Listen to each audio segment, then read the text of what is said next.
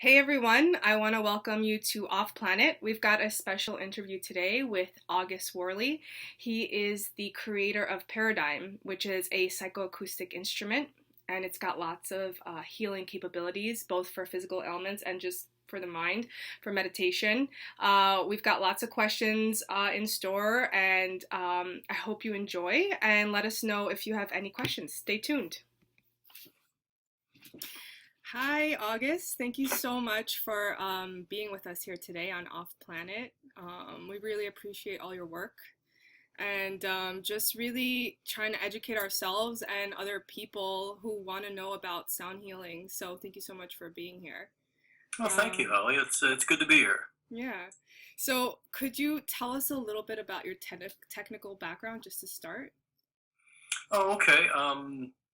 Well, I started off as a musician, fairly young, but I progressed rapidly after that, and I got into electronics in high school, um, and that sort of pointed me in the direction of studying it for an associate's degree, two-year college. And then my first job out of college, actually, I got the job before I even got out of college, was at Moog Music, and this is in Buffalo, New York, my hometown. And so I worked for Moog Music for about 5 years, Yeah.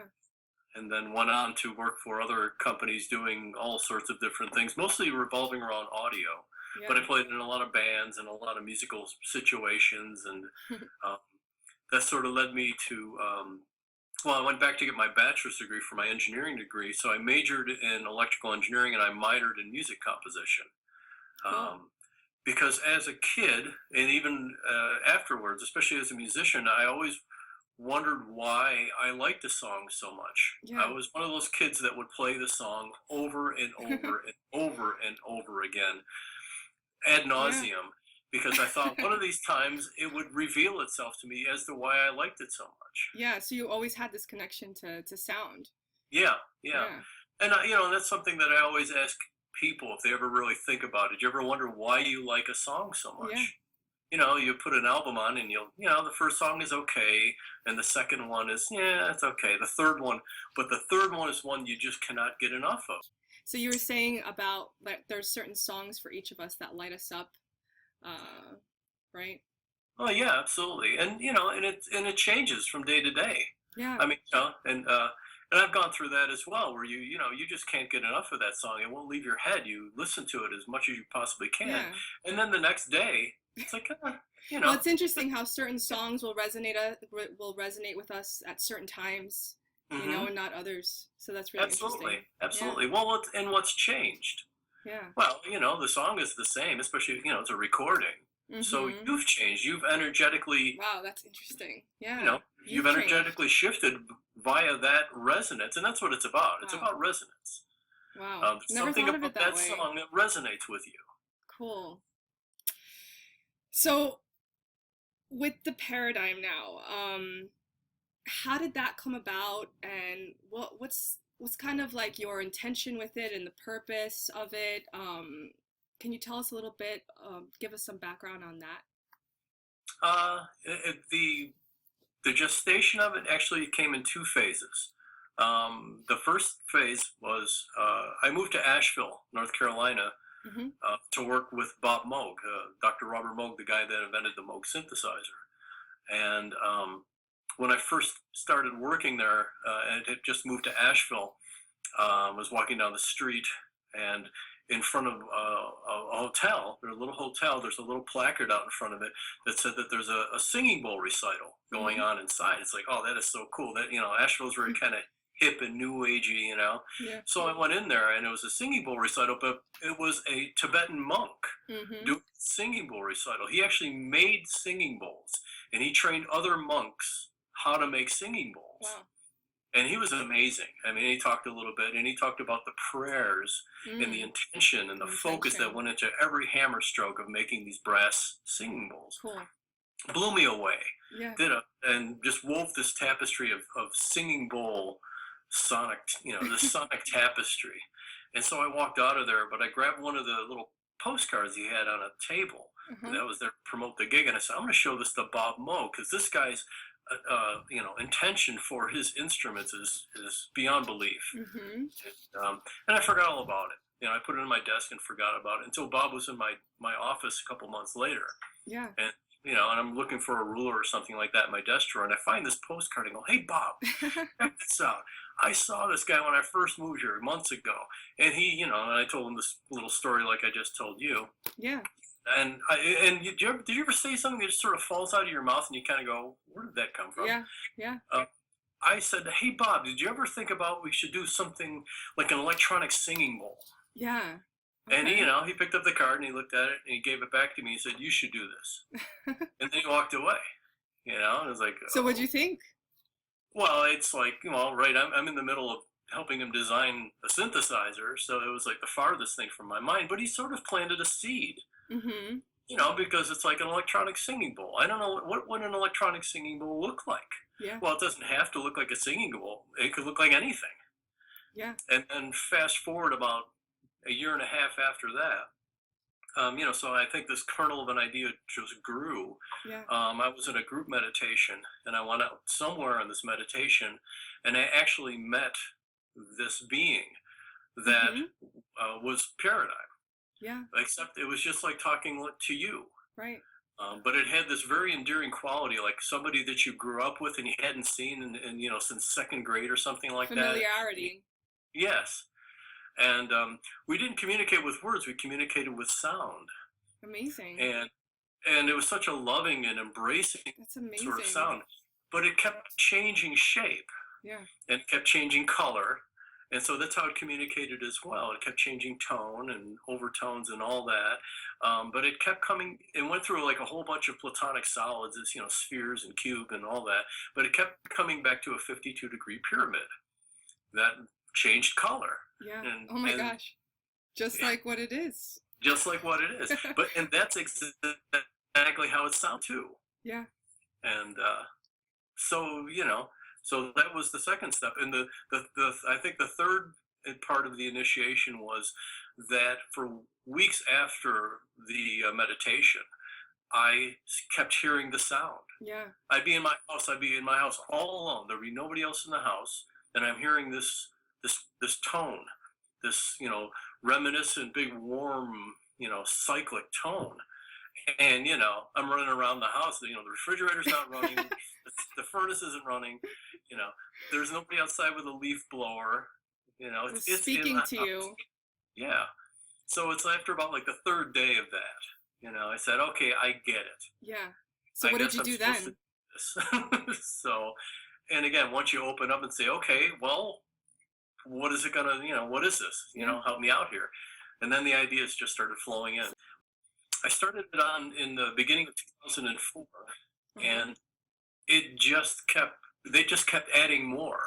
It was one of those kind of things. Just when I thought I was done, it sort of this other information would come in. Yeah.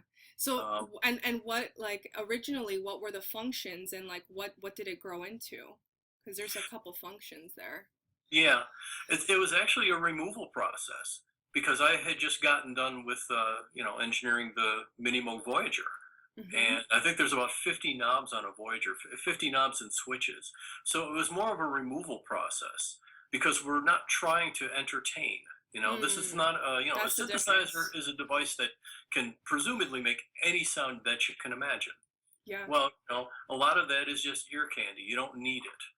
So, being able to do these elaborate filter sweeps and envelope, effects and modulation tricks and all that sort of stuff, it just, because I wanted to keep it simple. And that points to like the main distinction between, let's say, a guitar or something and this, right? It's not, I mean, guitars have resonance too, but there's a kind of difference there, right? It's not about, as you put it, music. Yeah, making music. Well, if you think about the fundamental purpose of music is entertainment.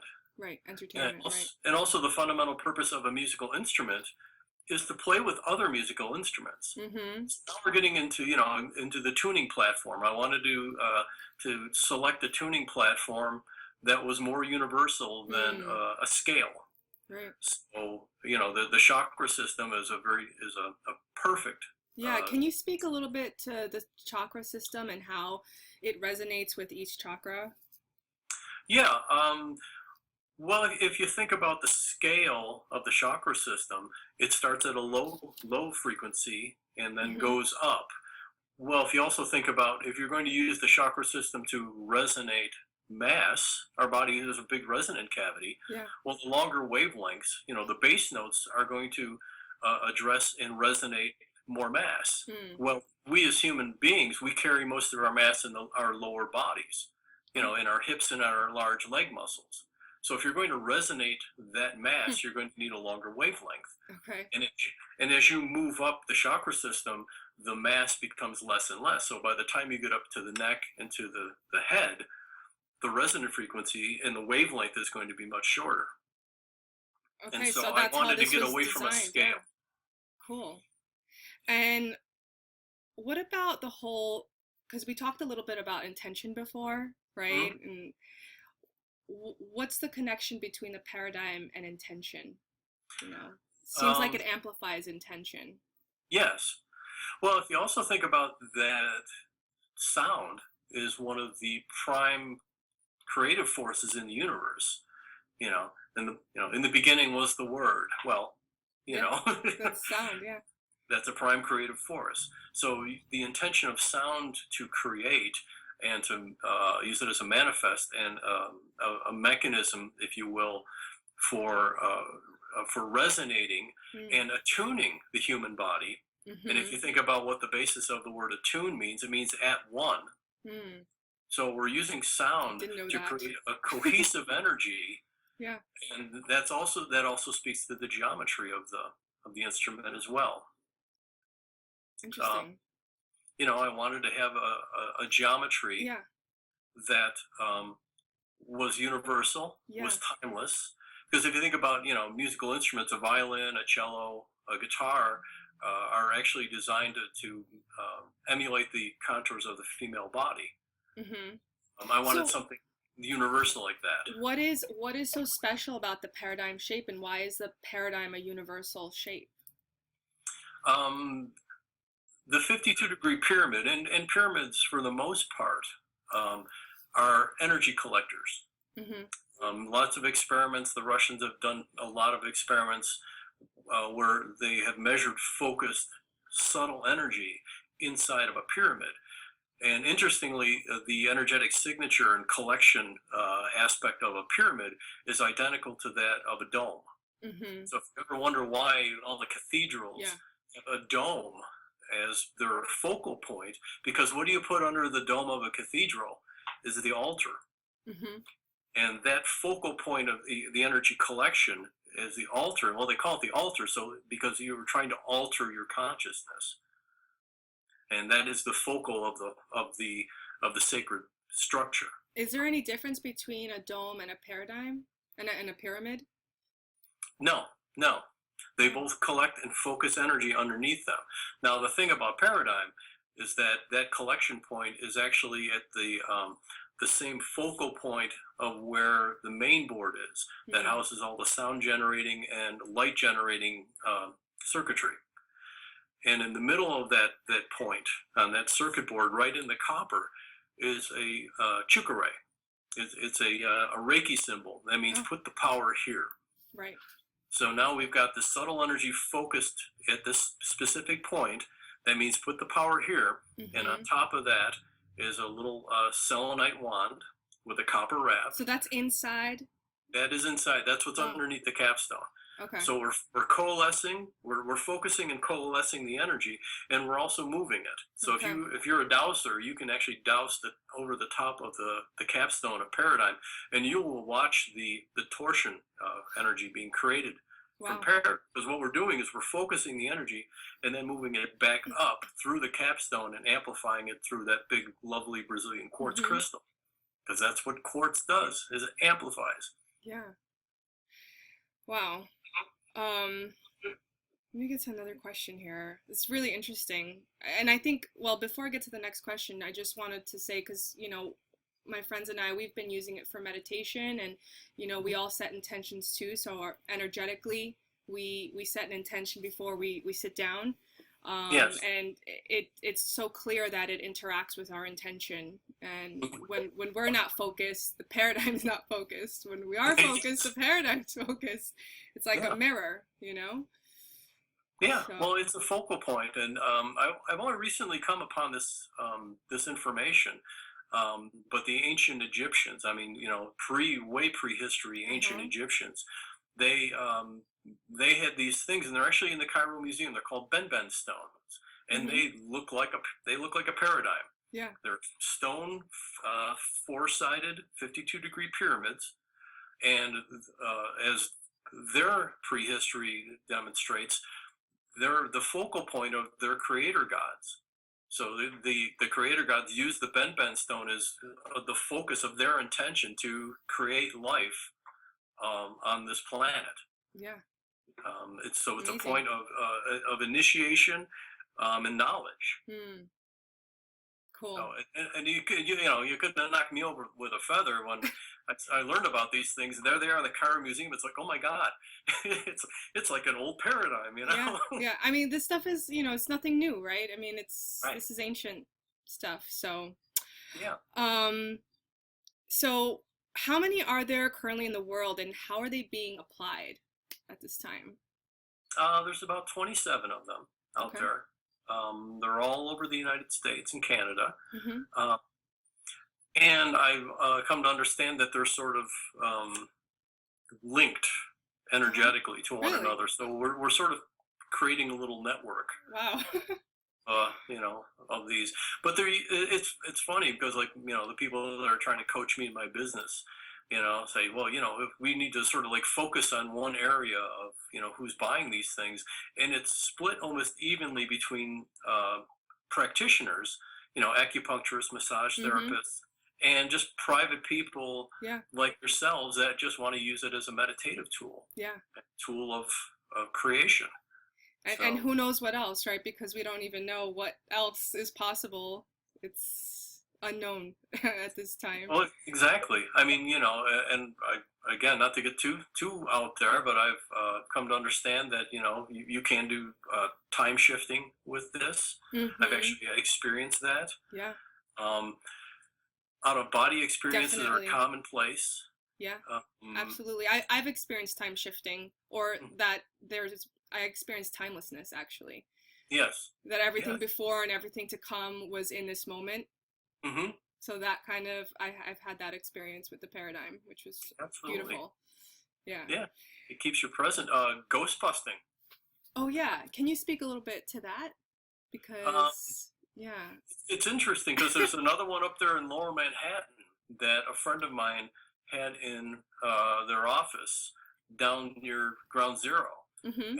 and as soon as they got their paradigm and started using it, suddenly all this paranormal activity started to occur, and it was sort of like one of those, wow, this is kind of weird. What is all this? Um, Apparently, what they got in response, because they checked in with somebody that's intuitive, and they said that a lot of the people from Ground Zero, 9/11, that event, literally didn't know what hit them, and Wow. so they've just been sort of walking between worlds ever since. Yeah. But then you see this beacon. Oh, Mm-hmm. hey, what's that over there? And it turns out to be paradigm. So they've been using it as a gateway, if you will, into and back to source. Yeah. Amazing. So, Hmm. how does brain entrainment work with the paradigm?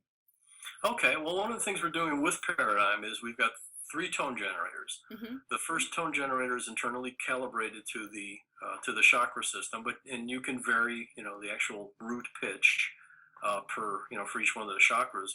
The second tone generator is tuned very closely to the first one, Mm-hmm. but there is a pitch knob, and so you can change the distance between the tunings on them. So when you have one standing tone, like the first tone generator, and you overlay a second standing tone on top of it and slightly detune it, it they beat against one another. And the Mm. further out of tune you go, you can speed up the beat Yeah. frequency. So now that difference frequency is part of what you're hearing. It's Yeah. part of what the paradigm sound is. And so now you can use that to create brain state Mm. entrainment, because now we're getting into very, very low frequencies. If you don't want to listen to a 3.5 hertz tone, it sounds like clicks, but you can resolve a 3.8 frequency or 3.8 hertz tone with the difference frequency between these two tone generators. So now you're starting to slip your brain into theta and delta brain states, which is the meditative brain state. Mm-hmm. Because what happens is your brain hears this tone, Mm. hears the repetitive nature of it, Yeah. realizes that there's nothing going on there to pay attention to, like you do with music. That's kind of the drawback to music, is Mm. it engages your left brain. Yeah. You know, do I like this? Do I like that? Yeah. Your That's what's brain. not universal about music, I guess. Yes, exactly. Yeah. But with this, your brain will synchronize with this. Yeah. So your brain patterning, your heart rate, and your breathing will all synchronize with that beat frequency, and that's how you shift into a nice, juicy meditative state without really trying. Yeah. And what about for like physical ailments? Could you purposely tune it in such a way that it would help, let's say, like a broken leg or something Yes, like that? Would and that be and a while different, would that be a different mixture of tuning and like, does that make sense? yeah, back in the 70s, they used to say, if it feels good, do it. Yeah. And that's sort of at the root of what Paradigm is all about. Because just like a song that you really, really like, and Yeah. again, trying to explore why you like it is sort of pointless. Um, so if you like it, just listen to it and enjoy it. Mm-hmm. Just like the Paradigm sound. If you find a frequency or a beat frequency pattern or a tuning that you like, then go with it. Yeah. And just sort of let it do its thing. Its thing, yeah. Because the physioacoustic component of it is actually creating a physical vibration. So now at the physical, we're massaging the body internally. We're helping to enhance the circulation Yeah. and blood, production from the bone marrow, in the example you gave, Mm-hmm. to injuries. And they've been using physioacoustic stimulation in order to speed the healing of injuries and things Right. like that. It can also help with pain management. Yeah. Because if you lie on a massage table with Paradigm on the table, you're creating a physical vibration into the table. So and it's called pain modulation. You're actually interrupting the signals between the injured area and your receptors in your brain. Yeah. So Well, ultimately, what it seems like is like there's this alignment happening, and so it just lines your physical body up so that it can function in its harmonic kind of way. Right. It's an attunement process, and again, at one. Mm-hmm. And at the very core of it, we're trying to stimulate your body's innate ability to heal itself. Yeah. Because if you think about it, your body is deconstructing and reconstructing itself on a daily basis, 24/7. Yeah. Your body already knows how to take this cell Yeah. and eliminate it and build a new cell from the ground up, and every cell in your body, and it just does it automatically. Awesome. Why not enhance that? So, how has the response been in general with the Paradigm? What are some reports that you're getting around it from different people who have it? It's funny because a lot of people, they're not quite sure, they were attracted to it, and okay, yeah, please build me one. And they were, a lot of them really weren't quite sure what to expect. They had no expectations of it. Well, I wasn't anyway. Yeah. And now if I said, hey, send me back your Paradigm, you'd say, hell no. Because it sort of, it sort of becomes a member of the family. Yeah. And very interesting. It needs its own car seat. But yeah, I've had people with circulation, people that have trouble sleeping. There's a lady not too far away from here that's using it in her she is a counselor for children with Yeah. ADHD and and that sort of thing. So having that just in the background, so you Mm. can use it as a standalone modality or just to Yeah. sort of support, um, to enhance the energetic situation in your room. Because actually, I've doused this thing out to about 60 feet in diameter. So it does build an energetic bubble around wherever you put it. It's a portable sacred space. Yeah. Totally. I totally So feel the same way about it. Yeah. yeah, Um. and that was kind of the point of the thing. Yeah. I wanted a Swiss. It's the Swiss Army knife approach. I wanted something that anybody that could associate with. Be it the geometry, be it the sound, be it the physical vibration, because that feels good. Mhm. The light, the crystals, the shape. Um, because just like a Swiss Army knife, sometimes you like the fingernail file, and sometimes you like the toothpick. Um, you know. So you touched on something really important, ADHD, for example. And a lot of the kids these days they're medicated. And so with this particular woman, I don't know if she's given you any feedback as to, the whole idea of the like medication versus using the paradigm. I mean, I'm sure these kids are still on medication as well, but I don't know, have you gotten any feedback in regards to, maybe substituting medication for the paradigm? Has there been any kind of like comparison as far as that goes? Well, in that specific case, that's when it gets kind of interesting because now we're getting at the core of healing. Okay, because everybody says, "Oh, heal me, I want to be healed." It's a participatory process, Mm, and rule number one in Reiki 101, when you study Reiki, rule number one in Reiki 101 is that you can't make anybody heal. They yeah, have to want to be healed. absolutely. So in the situation that I just mentioned, she was working with a child that had ADHD, Yeah. and the kids started responding very positively to the paradigm. So much so that they started, reducing the medication. But then the problem was that the parents Mm-hmm. got very frustrated because the kids started acting out more, Mm. and so Right, you because know the that medication subdues the child. yes. So, and that's just sad Yeah, because, it they would is. rather have little Johnny, rocking in the corner and very close down and all that kind of stuff rather than having him as a fully functional, cognizant child. I Mm-hmm. mean, 8-year-old childs are, they got a lot of energy. They like to explore. They're going to be unruly. Yeah. And that's what you don't want with, your kid to be. Yeah, give them some drugs, right? Give them some Ritalin. Well, this is why we're doing this interview, because it's, I think, just exposing this information, educating people. Hmm. A lot of people don't know what the paradigm is yet. Or Yeah, a lot of yeah, people don't even know what sound healing, the potential of what sound healing can do for us. So this is one of the reasons we're doing this, just, so people can kind of get better acquainted with what sound can really do for us. So, right, right. Well, um, we're wired for sound. We are literally and figuratively wired for sound. Our brains, our ears, the constructs of the middle and inner ear are organized like a keyboard. mhm. I mean, so in other words, different nerve fibers resonate to different frequencies. And, everybody is right out of the box. They Yeah, become wired for sound. That's yeah. why we all respond to music.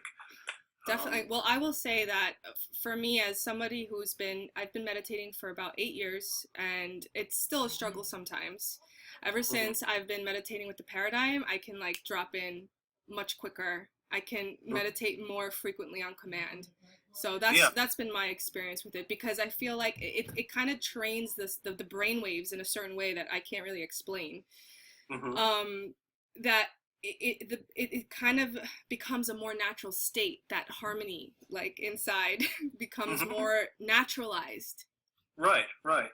Well, what happens is it's despite yourself, it tends to make you slow down and make you breathe, and that's key not only to focused intention in living, but shamanic breathing in through your nose and out through your mouth does put you into that altered meditative state. Mm-hmm. And and that's the difference too. Like I mentioned before, you listen to music and you're very left brain present.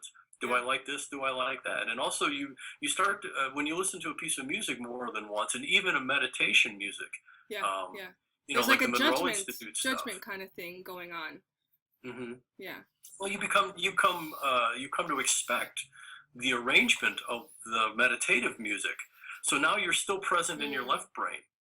And the thing that most people Wow. talk about that they can't meditate is because they can't turn off their left brain. Yeah.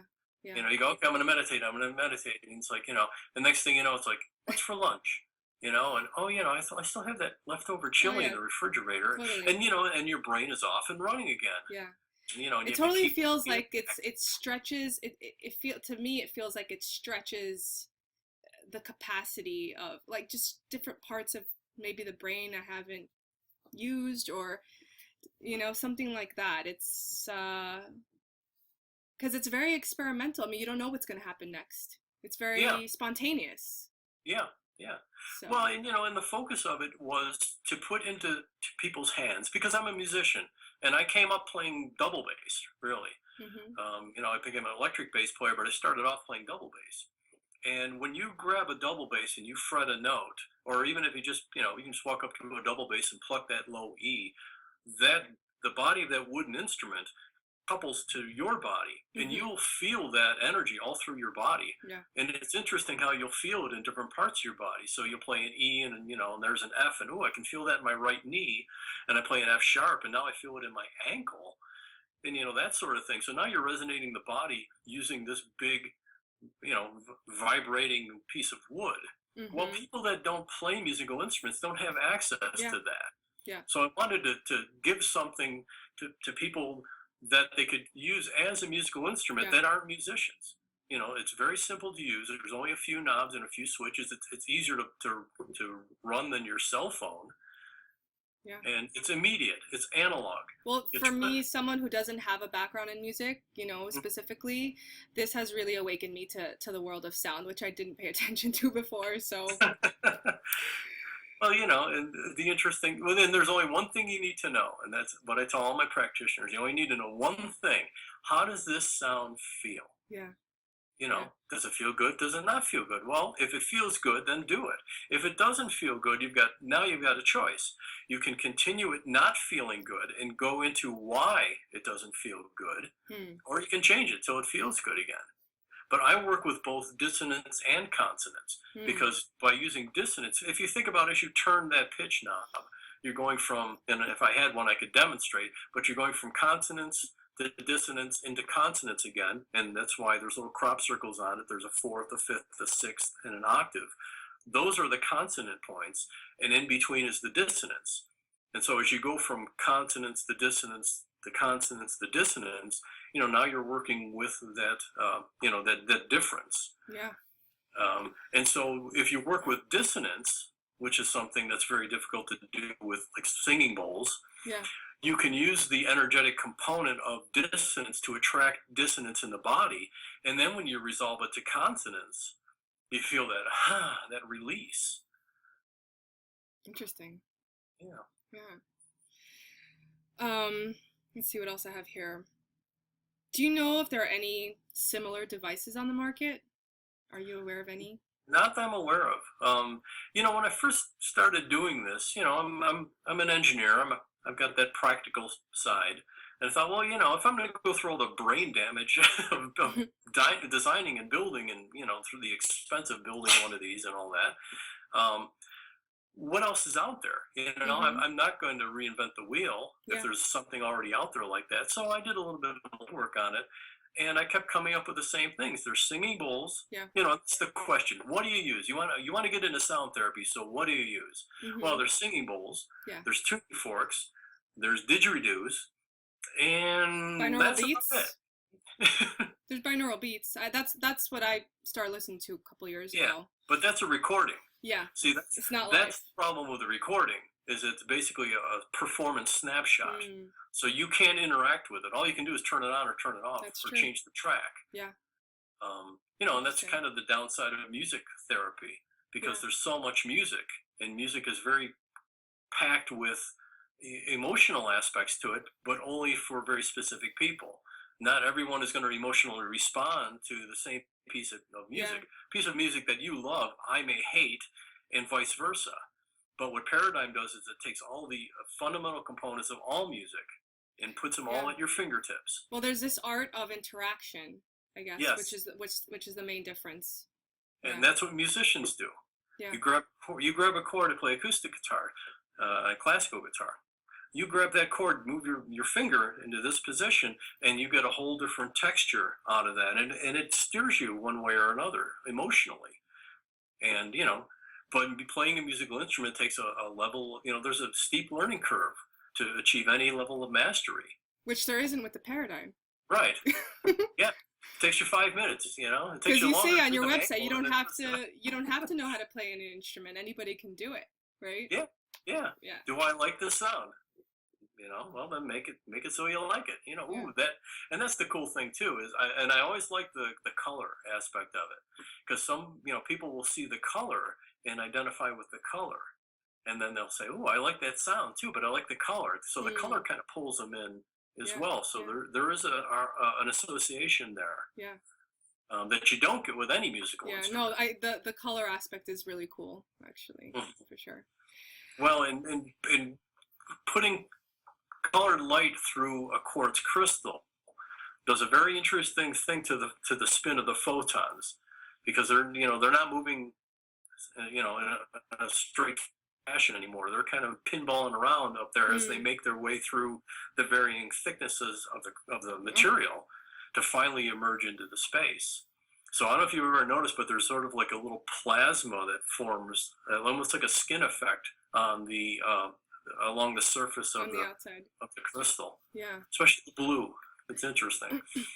Yeah. The blue is really bright. It's a really Yeah. bright one. Yeah. Well, that's why it's tough to photograph too. Like a lot of the materials I have, you look at it and the color just kind of lays there. It doesn't come out. Oh yeah, it's different to see it live. Yeah. Yes. Just like listen to it live. Yeah, yeah. So have you incorporated any additional pyramid power to the use of the paradigm? For example, running the paradigm inside a pyramid structure? Like, I guess we kind of touched on that before, like maybe playing it in a dome or something like that. So have you had any experience with that? Yeah, I've run it a couple times down at there's a place down here called the Light Center, which is a big dome. And that's pretty interesting. That gets that room moving and grooving. One of the things, and I'm in the prototype stage now, and it's going to be released to production in August. There's going to be an obelisk base for it that functionally acts as a subwoofer, but also it couples the energy to it, so you can turn any space into a sound temple. So you can turn any room into a sound temple. Yeah. Because the paradigm sits on top of the obelisk. So, and it does look like like a little mini Washington Monument sort of thing. So is that necessary? If you want to really, if you really want to work in a very deep way with with a group of people. Yeah. In a room, or like in a yoga studio. So if you want to, have 30 yoga practitioners all working with the sound and the vibration, that's one of the purposes of that. I guess that's why even like singing bowls, they have that rubber thing underneath it. Is that the same idea? It needs that kind of it kind of keeps it from moving around a little bit. But that's the thing I always say about singing bowls. And I have several singing bowls. You have to agitate them in order for them to do their thing. You have to stir the soup. Yeah, we do. It gets a little old after a while. Yeah. Can you explain how, and I don't know if I'm pronouncing this right, but is that how you pronounce it? Yeah. How does that work? That one is also in beta. It's a Egyptian design, and it's designed to on its own. It's a standalone modality, but you can lay down on top of this, and it will couple to the occipital bone of your skull, Mm-hmm. which is where your visual cortex is. So it does help enhance your visualizations during meditation. And so, and part of what it's doing is it's coupling the resonance of the Earth's surface to your visual Mm. cortex. So that's kind of interesting. Wow. But when you use it as a focal point for that part of your skull, using Paradigm, now we're also inducing the still point response, like a craniosacral massage, Mm.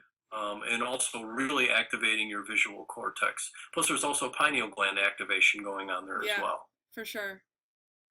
Um, yeah, the ones that I've just created or created in the past are just sort of like the beta version of it. Coming out with a new version of it that's going to be greatly enhanced using Mm. sacred geometry and magnets Oh, and wow. crystals and alchemy and all sorts of fun stuff. Very cool. Yeah. Have you no now I know like within your sessions you use headphones, right? Yeah. Have you noted any differences between using headphones versus not using headphones and just using the space to emit the sound? Um, well, it depends on the space, and that's sort of what the obelisk is about, is to sort of kind of make the space a little less of a factor, Mm-hmm. because some spaces, if you've got a lot of curtains and a carpet and things like that, Oh, it's very sound absorptive. huh. So you might want something that can make Paradigm louder in the Yeah, space, you know, depending on the space you're working with, or a larger space, trying to move more air, yeah. for example. But with the headphones, there's actually a subtle panning effect that goes on from left Mm-hmm. to right, as the sound moves. So so it helps to create a whole brain activity. So it's not like it's not like a ping pong effect where it's going from ear to ear. It's just sort of subtle, right through the middle of it. So we're integrating both the left and the right hemispheres of the brain in a very subtle way. So, what would be the ideal kind of environment? Because you said like carpet absorbs sound. So, what would be an ideal setting for the paradigm to kind of emit its sound freely? What would be the Hmm. most ideal? Hardwood floors. Actually, the house that I used to own that had a hardwood floor on the second floor living room. I used to amuse myself by taking Paradigm up there, um, and you put it on the floor, and that's also the reason why the power cord is 10 feet long, because it would walk around on the floor until it found a resonant spot, and Yeah. it would couple to it. Because it's trying to get as much energy into that resonant surface as possible. So I can go out and get the mail, and I would hear the house just pulsing with energy. Once you found that sweet spot, it was like hitting the drum head right smack dab in the middle, and it would turn the whole floor into a Yeah, drum. we've experienced that here because there's a wood floor, and yeah, there's definitely like the whole house kind of resonates Oh as a yeah, whole, yeah. just it's all connected, so it resonates. And what about using it outside? I was kind of curious about that, like on the Outside grass or because something. yeah. Well, I'm sure the Earth really enjoys it, but because there's a lot of mass under there. Um, Paradigm doesn't do we're not doing that ELF wavelength stuff like they used to communicate with submarines with that very long waveform. So it's not as effective on an absorptive surface like that. Okay. One of the things you can do in a house is put it up against the wall. Actually, if you want to have fun, you can take it and flip it up and Yeah. push it against the wall, because it'll turn the whole wall into a resonant, uh, membrane. Yeah. It's called acoustic coupling. But nobody really wants to do that. So what you can do is just put the bottom corner edge up against the wall, and it will resonate the whole wall. So I'm you can sure the really annoy neighbors the will love neighbors with that. that. The neighbors will love that. Oh yeah. So, what is your vision for the paradigm? Say like 10 years from now. What's your overall vision for it? I kind of like to see a paradigm in every pot. Um, no, again, I always ask that question of why do we always look outside of ourselves for our healing solutions when we know that everything that we need to heal is within ourselves. Yeah. That's where the miracles come from. Yeah. Every day you read some story about how the doctors sent this person home with 6 months to live, and they wrote him off and all that, and they managed just through proper diet and exercise and prayer and meditation Yeah. to create that miracle. Yeah. And that's because they've relied on their own self-healing abilities exclusively, along with a good diet and fresh water and fresh air, and you can heal from anything. Paradigm can help induce that. Yeah. And that's probably the most important part. And I think for my mission, I guess, for the next 10 years, is to help people understand that nobody can make you heal. It all comes from within yourself anyway. Yeah. I mean, doctors can prescribe, and surgeons can surge, and all that other kind of stuff. But at the end of the day, your healing situation is down to you and what you perceive to be your maker. I'm a Reiki master, and I'm a facilitator. Yeah. I basically direct the energy, and I step out of the way. Yeah. That's all we are, really.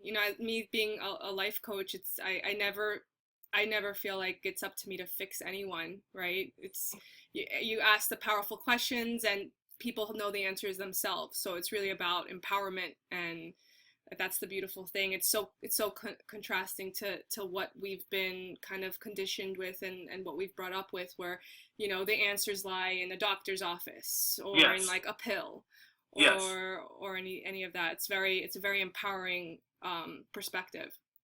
Yes, absolutely. And again, getting out of your own way is crucial. Yeah. Accepting that you can heal, the belief in yourself, your own ability to heal, that it is all on you. That is a quantum leap. Well, and again, talking about quantum healing, because most of the healing modalities that are out there that is presented by traditional medicine are band-aids. Yeah. They treat a symptom. Completely. I think that doctors today, they treat you like a car mechanic. They put you up on the lift and they swap out some parts, and if it works, great. If not, then they'll swap out some more parts. Yeah. Well, what I love about this idea is that there's this idea of harmony within us, within the universe, and it's about lining up with that. That alignment, right? Which it's always present. Yes. We're never without it. It's about, choosing and having the intention to line up with it. Yes, which is absolutely. what the paradigm gives us. Yeah. Well, and the alignment with the universe also, and that's the other thing that I've got a problem with traditional medicine, is that they at all costs will prevent death, which, nobody really wants to die. Yeah. But that's I told you, rule number one is that you can't make anybody heal. Yeah. And rule number two of Reiki is that sometimes death is a healing. Yeah.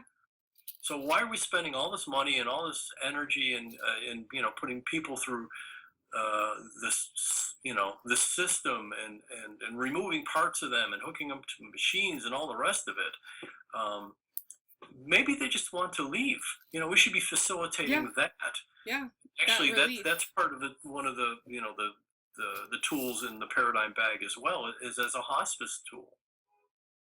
Totally, because it's death is also, it's a release. It's also a choice. It's part of it's part of everything too. So to deny it or to prevent it, it's a complete resistance to what's to the flow, to the harmony of life anyway.